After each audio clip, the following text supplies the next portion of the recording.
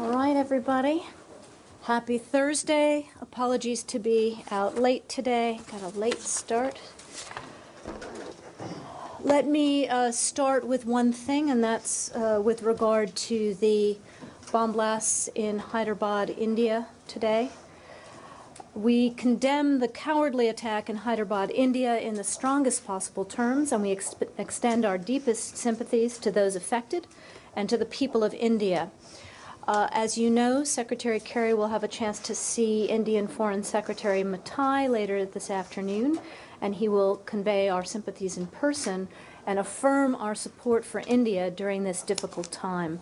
The United States stands with India in combating the scourge of terrorism, and we are also prepared to offer any and all assistance that Indian authorities may need. Let's go to what's on your minds. Have you received any kind of information who were behind these attacks?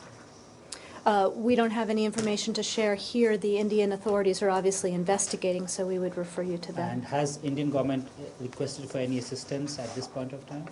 I don't have any information about that yet. You know, this is relatively recent. It's possible that when Foreign Secretary Matai is here later today, we'll hear more about that. Do you see any coincidence? Recently, French president was there, and now Prime Minister Cameron also in India. Do you relate any of these coincidence because of their visits there, or India, U.S. corporations, India, U.K. corporations, or India, French corporations? Gayal, I'm certainly not going to get ahead of the investigation that Indian authorities need to do into this incident. What can you tell us about another bomb blast? This is in Damascus. Hearing reports of lots of people dead, and just a couple days ago you were talking about the rebels taking the fight to the regime in Damascus, but surely I'm guessing you didn't have this type of attack in mind. Well, we do have the same reports you have of intense ongoing violence in Damascus today, including a car bomb that reportedly killed 31 people, most of whom were civilians, in the vicinity of the Russian embassy and the Ba'ath Party headquarters. We understand that there was considerable damage as well. We're also aware of reports that mortar rounds exploded near the Syrian Army General Command.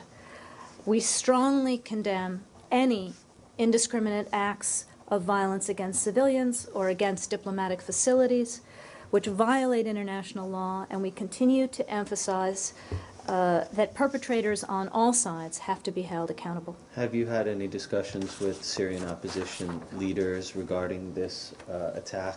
Have you expressed to them that same sentiment? With regard to the acts in Damascus today, I'm confident that we will, and our concerns would be along the same vein that we've been conveying to the opposition, both political opposition and in our contacts with fighters, that indiscriminate violence against civilians, political reprisals don't help anybody and don't help the cause of gaining the population's support for a peaceful democratic transition in Syria. And are you worried that as the fight increasingly goes toward Damascus, which is what it seems to be doing and what you've been saying in recent weeks, that these types of attacks could continue, these types of rather indiscriminate civilian targeting attacks might rise? Let me just underscore that it is the Assad regime that started this process of indiscriminate attacks against civilians when it first started aerial bombing its own population, using helicopters to strafe, bombing and attacking in civilian neighborhoods. None of this is what any of us wants to see, and certainly not what the Syrian people want to see. We want to see an end to the violence. We want to see a political transition process take place. Let me also take this opportunity to express our condemnation with regard to the regime's reported bombing today of Palmyra, better known in Arabic as Tadmor, the UNESCO World Heritage Site.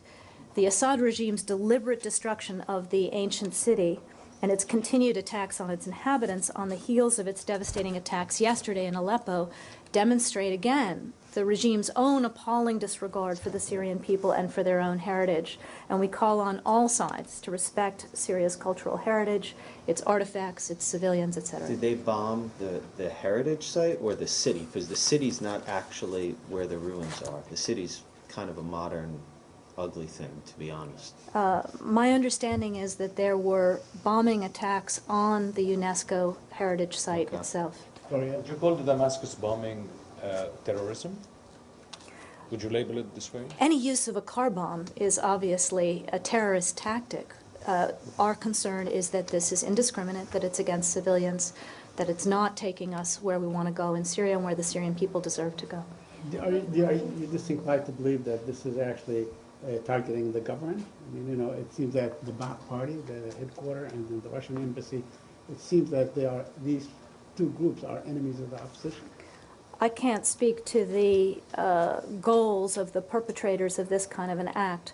All I can say is that this is indiscriminate. Civilians were the ones who were the victims of this, and this kind of violence has got to stop in Syria. Okay, Can I- because you mentioned the bombing of Tedmor, you know, and in fact, Syria has been subject to methodical destruction of its artifacts and so on Right. by opposition groups, Right. including Abu al-Ala al-Mari just last week and so on. So, do you make your, let's say, your outrage or pronounced on these issues as well to the opposition when you meet with them?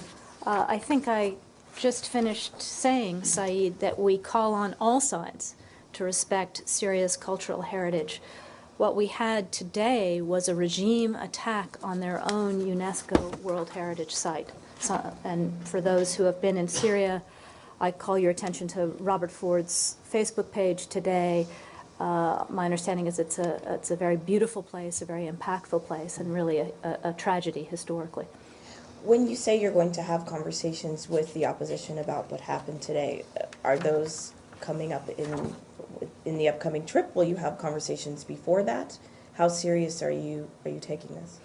Well, as you know, Robert Ford and his team are in daily contact with the opposition. They meet them wherever they can, but they also have regular communications on a daily basis, whether it's on the phone or by Skype, and I'm sure that our concern about this kind of tactic will come up. But as we've made clear, the Secretary will also have a chance to see the Syrian Opposition Coalition when he is in Rome, and not only will he make our affirmative points about our desire to support the Syrian Opposition Coalition in its political transition planning and in its proposal to sit down now for talks, but he'll also make all of the points about respect for civilians, human rights, justice, unity within Syria. Sorry, just a couple follow-ups on that. How much influence do you think that the people that Robert Ford's talking to have on a situation like this? And when you say these kind of tactics, we have a reporter in Damascus right now who just visited one of these hospitals and encountered, you know, a 4-year-old dead little girl, 7-year-old boy who had been, you know, who'd been ripped apart by debris. And, you know, these people who are civilians are blaming America because they're saying America is supporting this opposition. Are the people that Ambassador Ford is talking to, do they have direct influence on the kinds of people that would be carrying out these attacks? Well, let me start by saying that, as we discussed yesterday, Ambassador Ford and his team are now talking not only to the political opposition, they are also talking to the military opposition. But Dana, we have to remember that Assad has it in his power to stop this today. He has it in his power to stop this anytime he wants. The opposition has put forward a legitimate proposal for talks, if he will allow that to go forward, and it is the regime that is using has been conducting aerial attacks on its people, using helicopters, bombarding neighborhoods and towns for more than a year now. They bear the preponderance of responsibility for the violence in Syria. Sorry, one last follow-up. Yes. This is on the Syria Justice and Accountability Center. Yes. I was looking at the fact sheet yesterday, and it says that it's reviewing some 250,000 videos and other evidence. Do you have a breakdown in that evidence of how much of that is from the regime and how much of that is from various opposition groups? I don't, Dana, but I can put you together with the people who are supporting the Syrians in this, if that's helpful. Victoria, could you Saeed? just clarify something you just said? You said that you're talking to the military opposition. Is that the Free Syrian Army or the other dozen? The Free Syrian Army. Okay, thank you. Scott? Go to Mali. Yes. Just one more on So- Syria. I think it was yesterday that the Russian foreign minister said, I think he renewed his offer to host mediation talks between the Syrian opposition and the Assad regime. Do you see Russia as possibly playing the role of an honest broker, given its long-standing and continued support for Assad? Well, let me start by saying that, as you know from what we put out earlier this morning, Secretary Kerry and Foreign Minister Lavrov will meet on the upcoming trip that the Secretary is going to take in Berlin. We expect that Syria will be very much a central topic of those discussions. The Russians have hosted the Arab League President al-Arabi. They are hosting the Syrian Foreign Minister. As the Secretary and Foreign Minister Lavrov have been discussing, we want to work together, as we've been saying for months and months now, to encourage the parties to sit down and begin a political transition process. The Russians have certain kinds of influence. We have certain kinds of influence. It's really going to be up to the Syrians where they want to do this, whether they think Moscow's offer can be helpful. From our perspective, wherever they can agree to meet and in whatever formation works for them, that would be a good start, and that would be the beginning of a political track. When the Syrian opposition laughs off the Russian offer, is that something you could understand, given Russia's activity over the last 2 years, or would you say they should take the Kremlin up on this offer? We're not going to dictate to the Syrian opposition how they should meet and where they should meet. We are encouraged that they are willing to meet.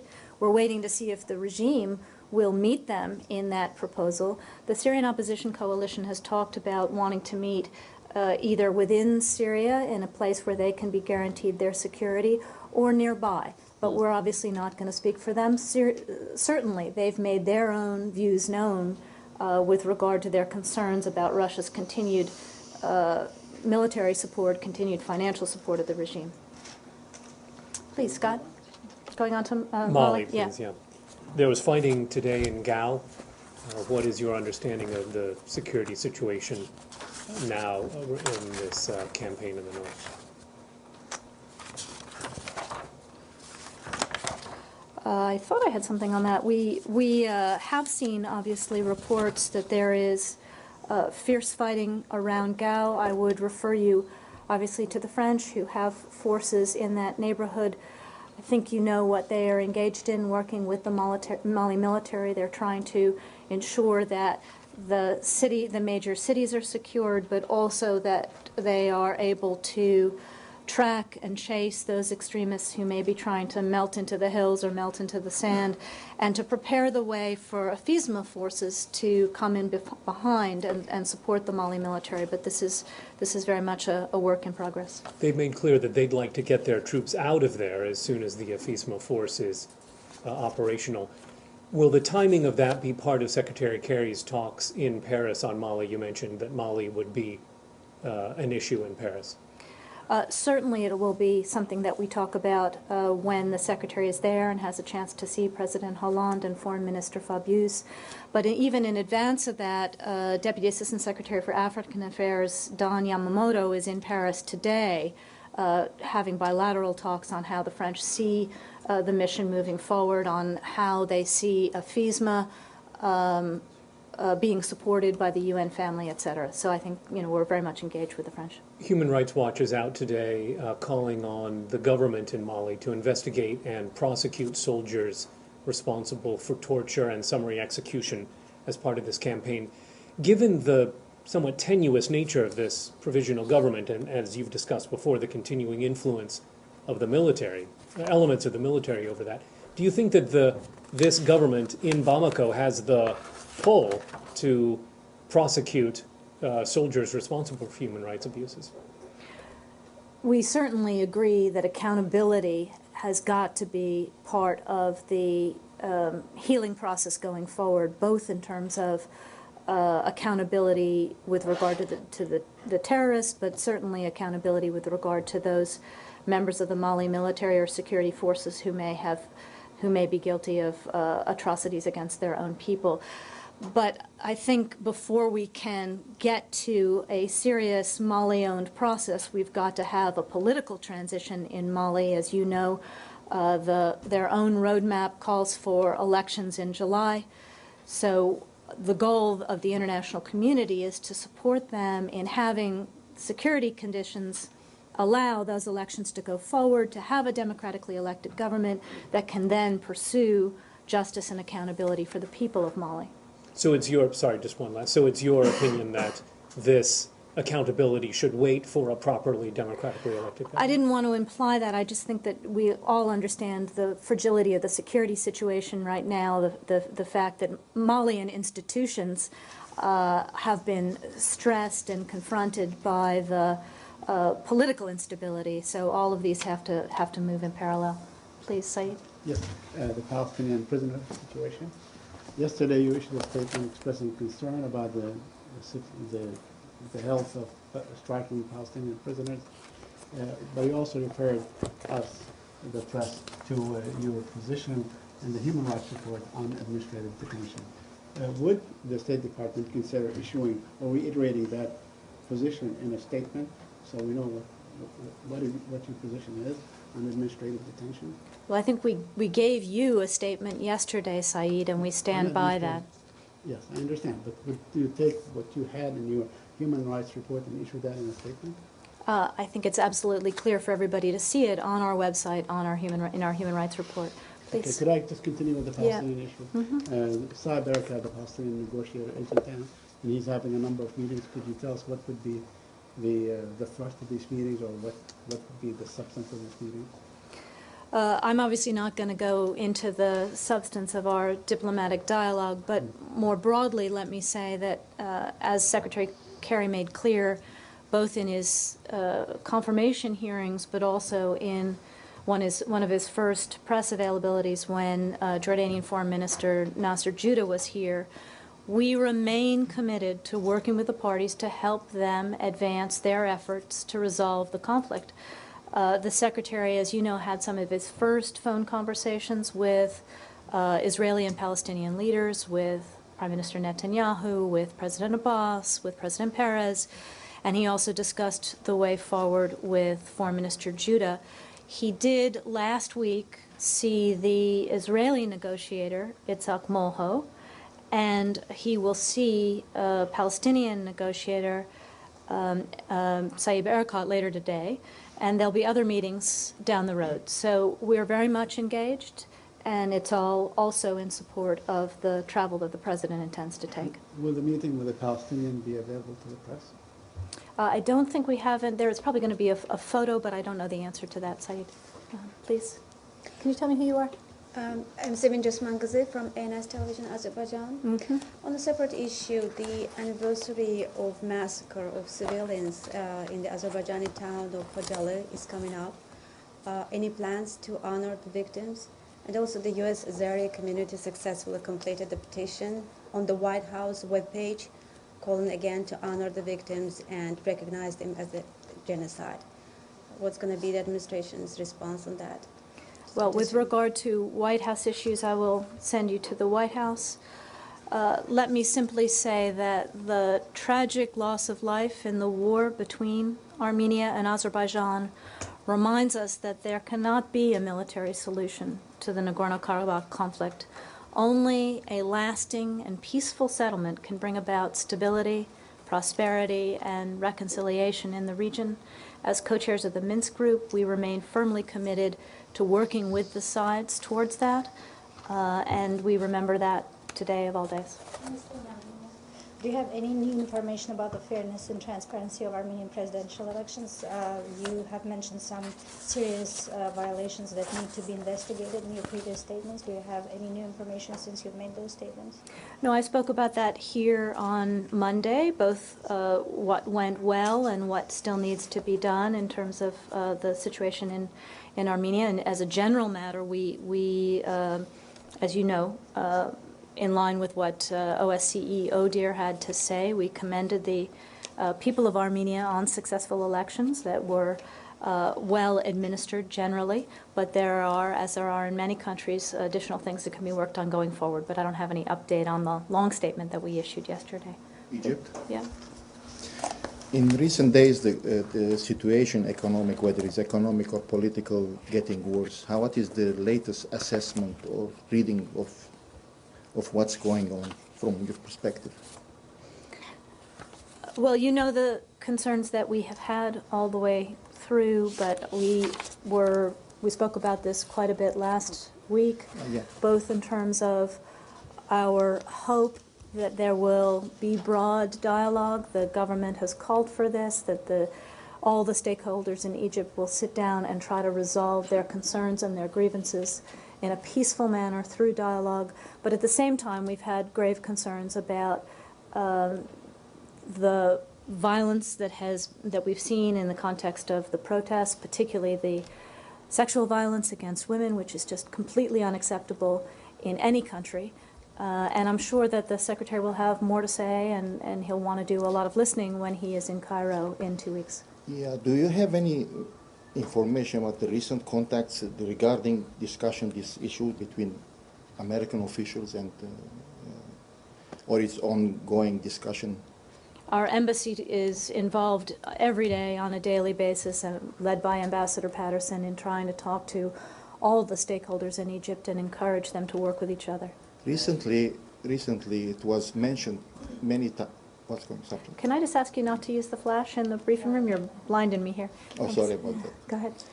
Recently it was mentioned many times that according to the officials or those who are in charge of the country of Egypt, that their narrative of the things is that there are people who are trying to put an obstacle to democratic process, and they are repeating and repeating and repeating either in English or in Arabic. Do you agree with that the demonstrations or other things that's going on as the protests are the ones that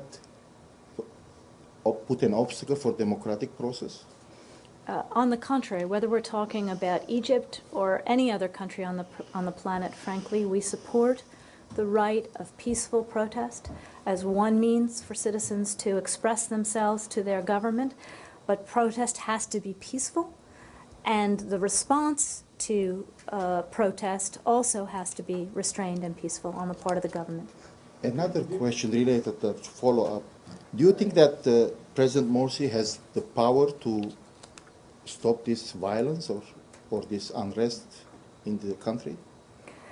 Again, we're going to have a chance to talk about all these issues. The Secretary will have a chance to talk to President Morsi himself soon, as well as to meet with lots of different groups in Egypt when we are there, and I think he's looking forward to that. We want to see Egyptians express their grievances peacefully. We want to see the government engage stakeholders across the spectrum in Egypt to resolve the frustrations and the concerns, because that's what the people of Egypt expected when they went into the street in Tahrir to begin with. Many people in this city who are concerned about Egyptian-American relations, and they are asking recently, for more tough love language regarding Egypt, not just like to do the same mistake as it was said and mentioned, and it's going to be published in Washington Post regarding the same language which was used before with Mubarak, and the consequence was well known. What do you think about it? Is there enough tough language or not yet? I think we've been very clear about our aspirations on behalf of the Egyptian people to see the country develop democratically, peacefully, to have the views of all heard and respected under the Constitution and under the rule of law. But as I said, the Secretary's going to be there in a week and a half. He'll have a chance to talk to lots of Egyptians, and I'm sure he'll have more to say on that himself. Brad? Can I ask you about Venezuela? Yeah. Your comments from a couple of days ago seemed to kick up a storm with the Venezuelan government describing them as rude, and I think causing the indignation of all Venezuelans. Do you still believe that incapacity of President Chavez would demand new elections under the Venezuelan Constitution? Well, Brad, thank you for the opportunity to address this again. Venezuela's future has to be decided by the Venezuelan people. I think what I said got blown out of proportion there. The only point I was trying to make was the following. Should President Chavez become permanently unavailable to serve, the Venezuelan Constitution at that moment requires an election to select a new president. If those conditions come to apply, we hope that the Venezuelan Constitution will be respected. So you don't see this is your own constitutional analysis that this department's made, not because it seems that that's not shared by the Venezuelan government, or the fact that you're talking about it is not appreciated. Maybe again, yeah. We're simply stating our understanding of what Venezuela's own constitution has to say. That's a different matter than the question of whether the president's able to serve out his term. Okay. Please. Can you tell me, what is the State Department doing to get U.S. access to the Benghazi suspect Abu Ahmed who is currently being held in Egypt? I think you're taking me into questions that are better directed at the FBI. The FBI is in the lead in the investigation with regard to Benghazi, as we've discussed, I think, the last time you were here. Have the Egyptians been helpful at all? Again, I'm not prepared from this podium to talk at all about the investigation. I will send you to the FBI. Please. Yes. I have a Nicolas. question on the French-U.S. relationship. There is an ongoing conflict between an American businessman from Illinois and the French minister. It regards an investment in a tire factory in France. Basically, the CEO of Titan is saying that the French workers are lazy, that the unions are too strong, and that it's almost impossible to invest in France. So the French government seems to be very worried about that. Are you aware of that? And does the U.S. administration think that it's more or less difficult to invest in France compared with other European countries? Nicola, I think you're referring to concerns expressed by an individual American businessman, an individual American company, to a French minister in connection with a business deal that they were trying to make. That sounds like a private matter, not a government-to-government matter. You know where we are in our relationship with France, our oldest ally, that we have deep and broad relations, including many successful American businesses operating in France, many successful French businesses operating in the United States. As allies, we continually strive to keep our markets open to each other and to have both of our populations benefit from strong, robust trade both ways. But you do agree that French workers are lazy then, correct? I have a personal soft spot for France. I think I'll leave it there. Please. I have two different questions on two different topics. One is Iran. Yeah. Does the State Department have any response to the reports that Tehran has started installing high-tech machines at its main uranium enrichment site? We've seen these reports that Iran has announced its intention to install advanced centrifuges in the production unit at Natanz. Frankly, this does not come as a surprise to us, given the IAEA reports on Iran's development of advanced centrifuges. But the fact remains that the installation of new advanced centrifuges would be a further escalation and a continuing violation of Iran's obligations under the relevant UN Security Council resolutions and IAEA board resolutions. So it would mark yet another provocative step. But, you know, there is another path here. There is the diplomatic path, and as you know, we have P5+1 talks with the Iranians next week. They have an opportunity to come to those talks ready to be serious, ready to allay the international community's concerns, and we hope they take that opportunity. My second question is on Cuba. Mm-hmm. There are reports today that Secretary Kerry is in discussions on possibly removing Cuba from the state-sponsored terror list. Can you comment on that? I saw that report. Let me say firmly here, it is incorrect. This department has no current plans to remove Cuba from the state sponsor of terrorism list. And why not? We review this every year, and at the current moment, when the last review was done in 2012, we didn't see cause to remove them. We'll obviously look at it again this year, but as I said, we don't have any plans at the moment. Sorry, really quick, can you just give a little bit more of an explanation of what exactly are the, what makes a country, I mean, what are the specifications for a country being on the state sponsor of terror? Well, we've talked about this before here.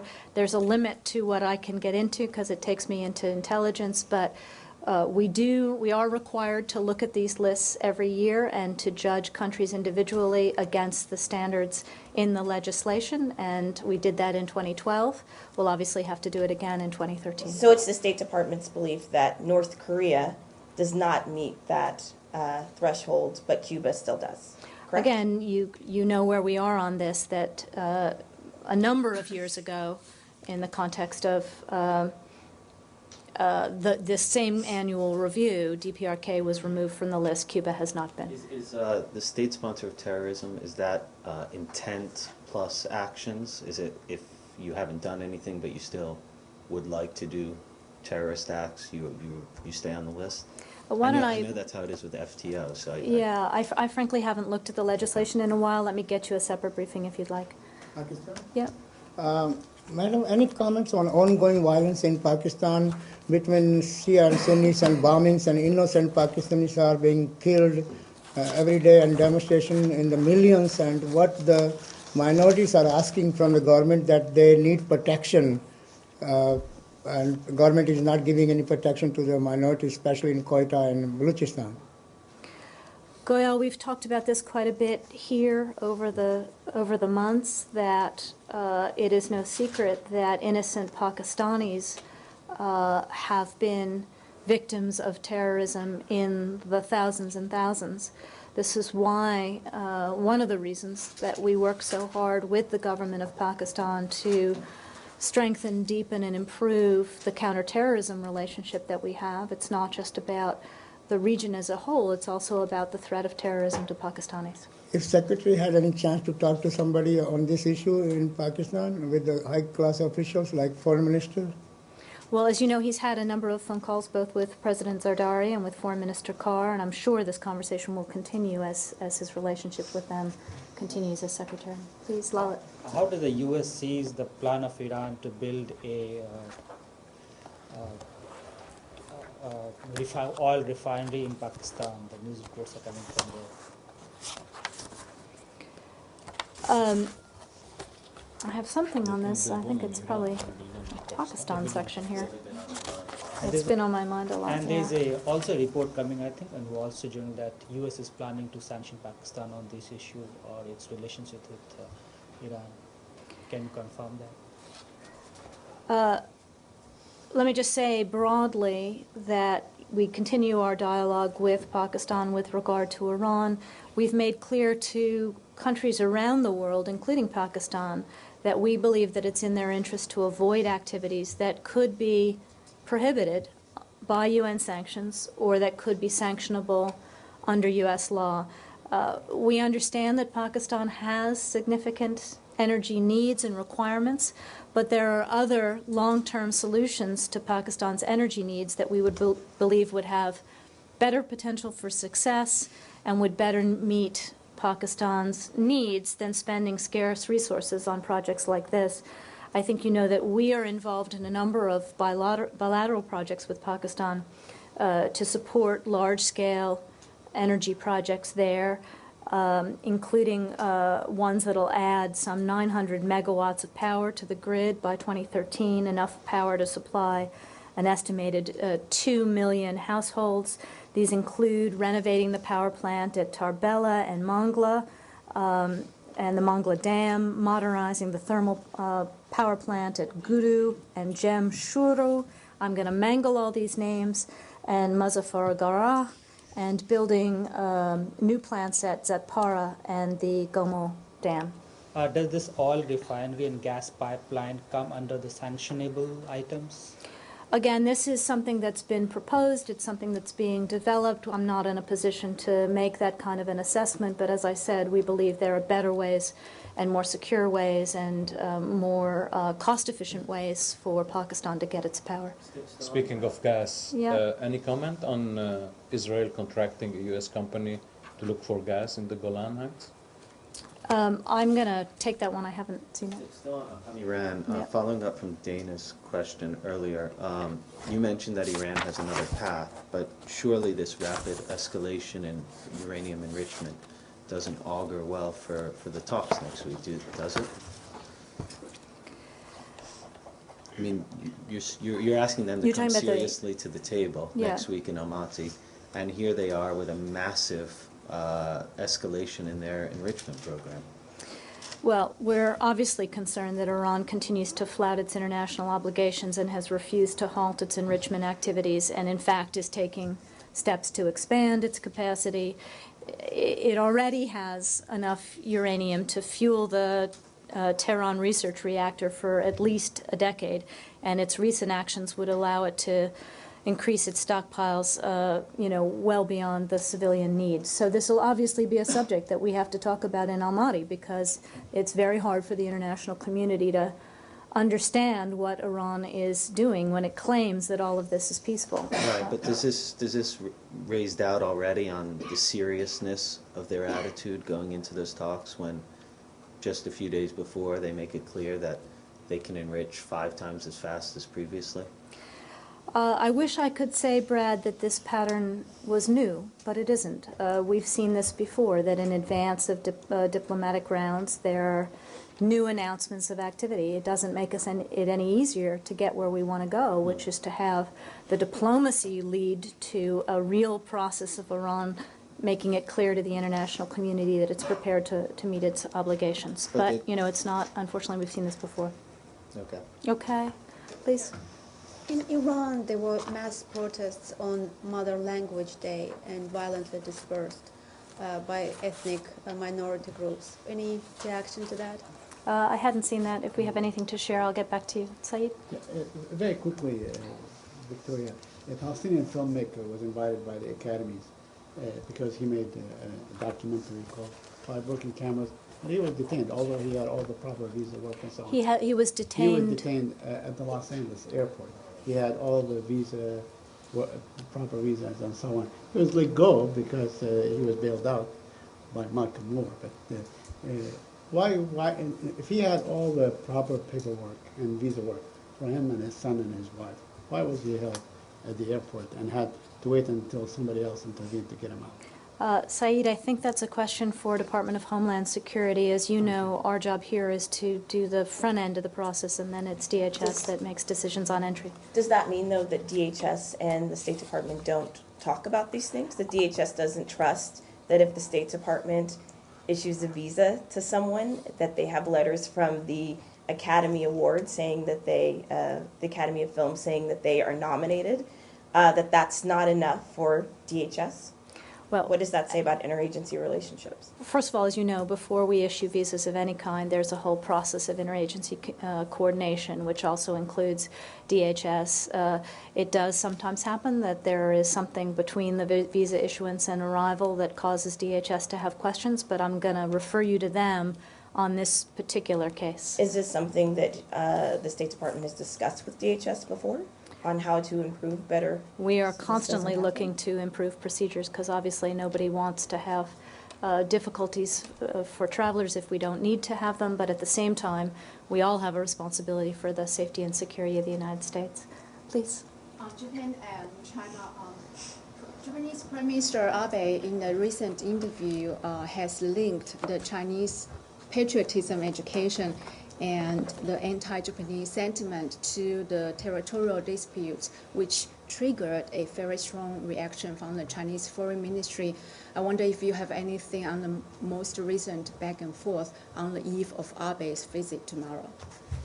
Well, I'm going to disappoint you and say simply today that you know where we've been on this issue. We want to see these territorial issues between Japan and China settled through dialogue. That's our message to Beijing. That's our message to Tokyo. With regard to the visit, the White House, as you know, has scheduled a call to sort of talk about the visit on background later today. I would encourage you to hear what they have to say. Please. On Japan, I'd like to ask about the Hague Treaty, settling the... I'm sorry? Hague Treaty, the Hague Treaty, settling the disputes. The Hague Abduction Treaty, yeah. That's right.